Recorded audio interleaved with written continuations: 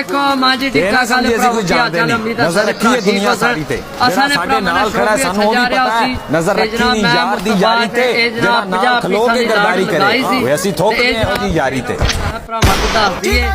जा रहे हैं जनाब पसरूर राणा नदीम साहब जनाब परचेज किए ने 50 पीस अल्लाह पाक जनाब इन्होंने नसीब करे ऐसी जनाब 2 कार्टन लैके आए हैं ते जनाब कार्टन रखसा ते बाकी जनाब अड्डे ते जाके भाईरा नाल राबता करसा जिस भरा की जनाब कबूतर चाहिए होवन अच्छे तो अच्छे जनाब जेठ है विसाख वाले ते जनाब राबता कर सकते हो राबता नंबर है 0325 52 40 603